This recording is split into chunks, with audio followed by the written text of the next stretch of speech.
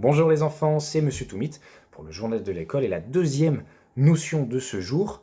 On part non pas en maths cette fois-ci, mais bien en français avec le pluriel des adjectifs qualificatifs. Nous avons vu le tout début en classe, nous n'avons pas vu la trace écrite ou quelles sont les différentes exceptions, les cas particuliers du pluriel de ces adjectifs qualificatifs. Alors déjà, on va redéfinir. Qu'est-ce qu'un adjectif qualificatif? Eh bien, l'adjectif qualificatif complète le nom. Il lui donne des informations. Par exemple, je vous mets l'exemple bien sûr en dessous, une fille jolie. Comment est cette fille? Elle est jolie. L'adjectif, en tout cas qualificatif, fait partie du groupe nominal. Il s'accorde en genre et en nombre avec le nom qu'il complète. Petit exemple encore en dessous, un homme drôle, des hommes drôles. Regardez, homme avec un S, drôle avec un S. Restons sur ce pluriel d'ailleurs.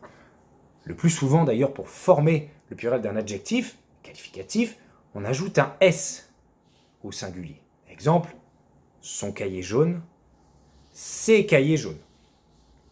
Mais attention les enfants, il existe des cas particuliers. Les adjectifs terminant par un S ou un X déjà ne changent pas, tels que gris ou doux. Petit exemple encore en dessous, un nuage gris, des nuages gris, vous voyez, juste le nom change, mais aussi un coussin doux, des coussins doux, vous voyez que l'adjectif, lui, ne change pas. Également, les adjectifs en O, E, A, U prennent un X à la fin.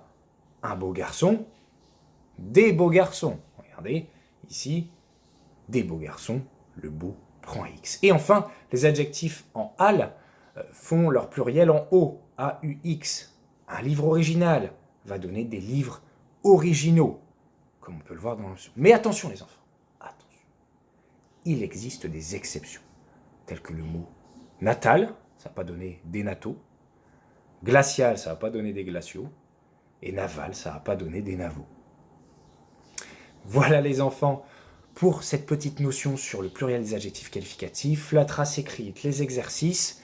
N'hésitez pas à me renvoyer vos exercices pour que je puisse voir. Également, si vous avez la moindre question, vous avez mon mail. En tout cas, je vous souhaite une excellente journée en ce mardi 6 avril.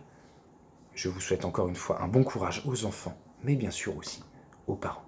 Bien à vous, Monsieur Toumit.